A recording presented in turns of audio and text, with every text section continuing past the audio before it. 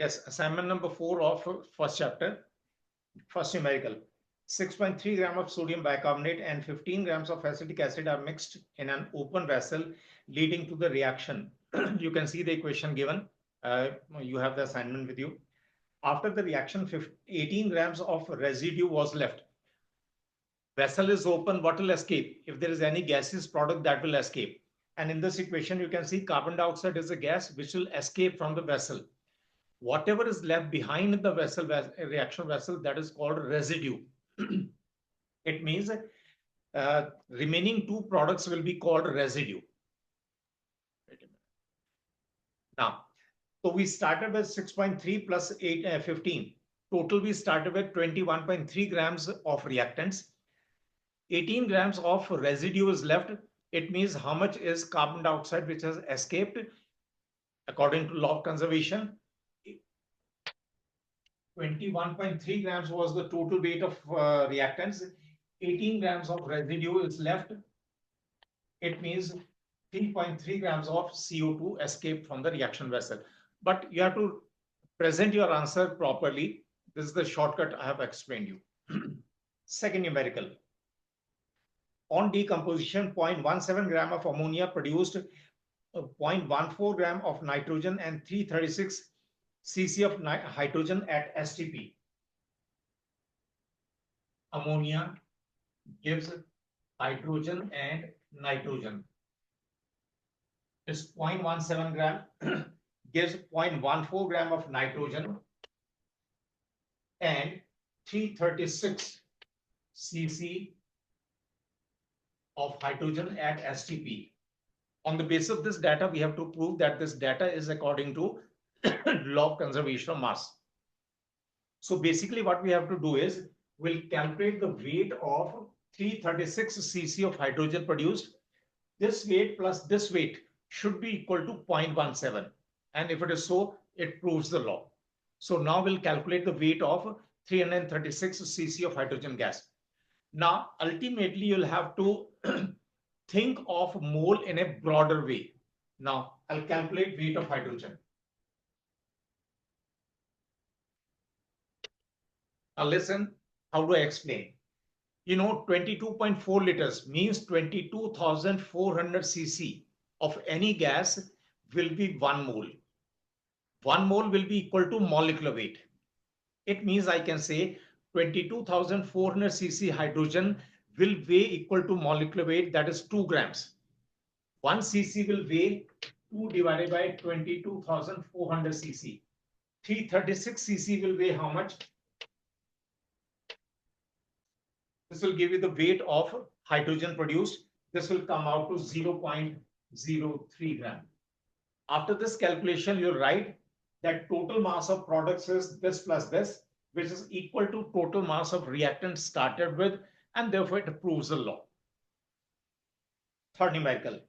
0.52 gram of a hydrocarbon gave 896 cc of CO2. Let me write the data here. Hydrocarbon naturally contains carbon and hydrogen. This is 0.52 gram. Gave 896 cc of CO2 and 0.36 gram of water on combustion. When we burn, it will give CO2 and water.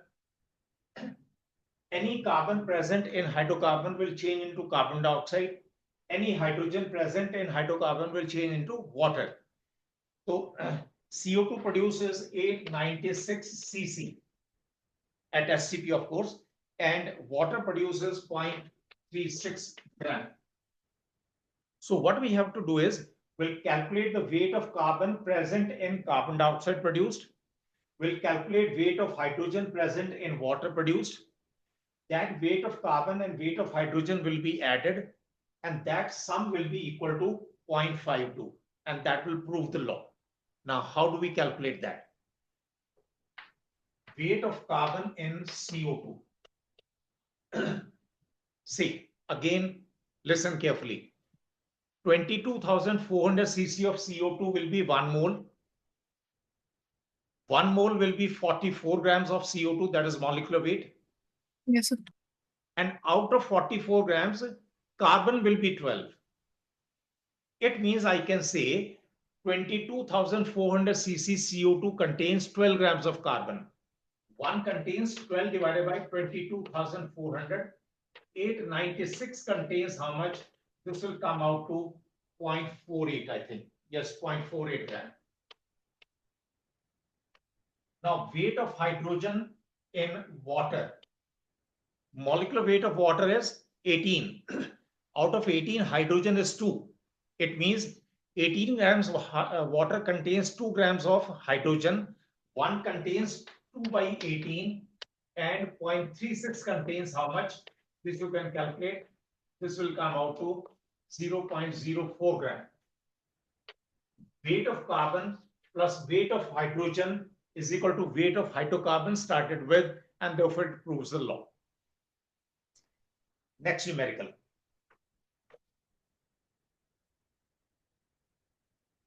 Seven gram of iron combined with 7 gram of iron combined with 0.4 gram of sulfur to produce FeS. In another experiment, 3.5 gram of iron was treated with HCl, and FeCl2 formed gave 5.5 gram of FeS on reaction with sodium sulfide. Now, on this basis, we have to prove law of constant composition. Now, calculation will be different now.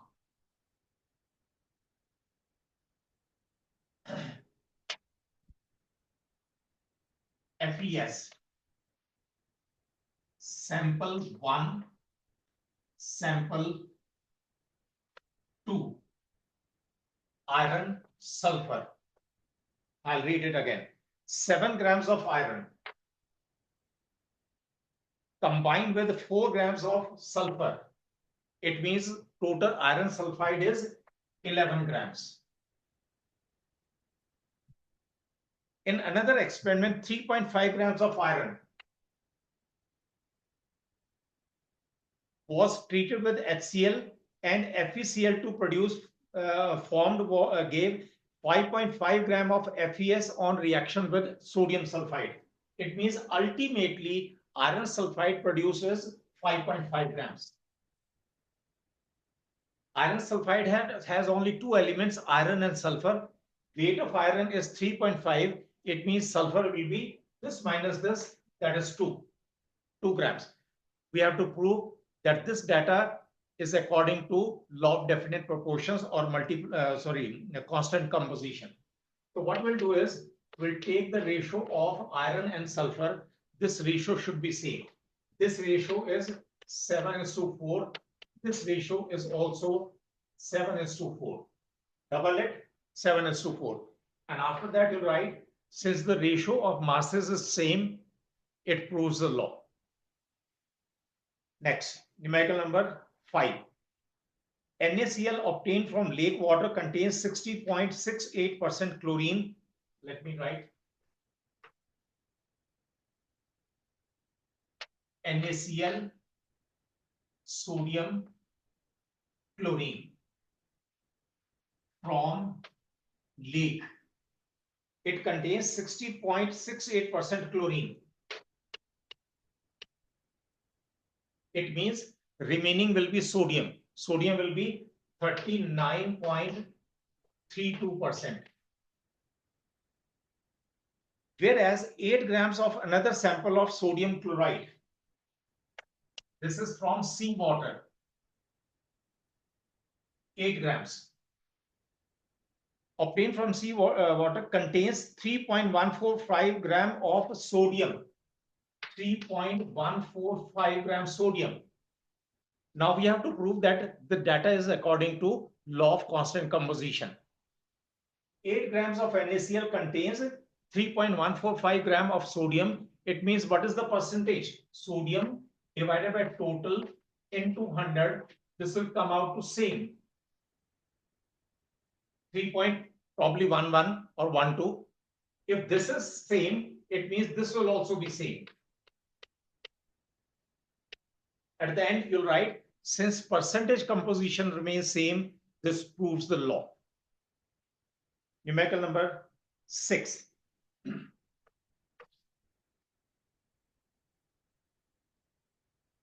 0.6 gram of carbon gave 2.2 gram of CO2 on combustion. CO2 sample 1, sample 2.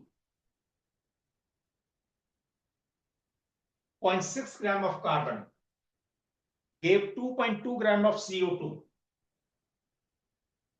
on combustion. It means how much is oxygen? This minus this, 1.6 gram is oxygen. 1.6, sorry. 1/6. Is that okay? Yes, sir. 2.2 gram. Now, in another experiment, 1.8 gram of carbon gave 4.2 gram of CO on partial oxidation. This is extra data. This is not required. 4.2 grams of CO2, carbon monoxide, which on further oxidation gave 6.6 gram of carbon dioxide. 6.6 grams. It means how much is oxygen? This minus this will be 4.8 grams. Now you'll take ratio of masses of carbon and oxygen, and that will be same. This will be 3:8. This will also be 3:8. Since the ratio remains same, this proves the law. Next. 0.12 gram of carbon produced this much of CO2. This is also based on constant composition. Let me write like this. 0.12 gram of carbon produced 224 cc of carbon dioxide on oxidation.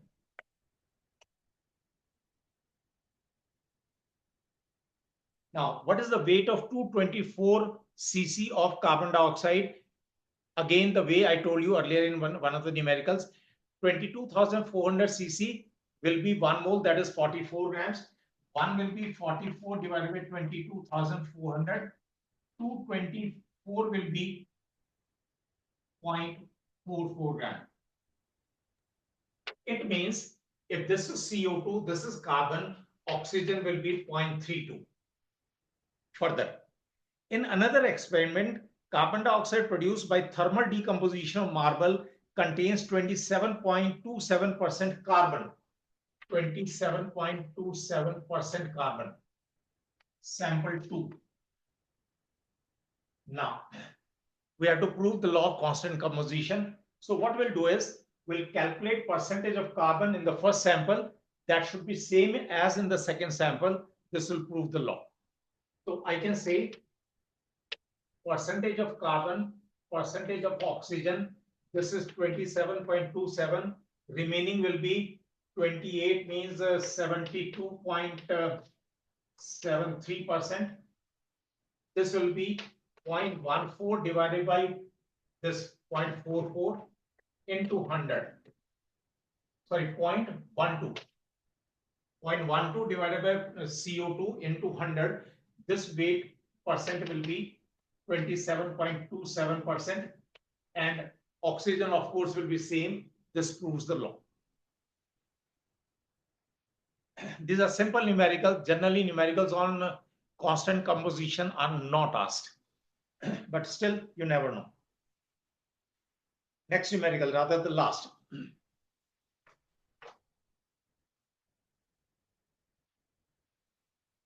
In an experiment, 1.59 gram of copper,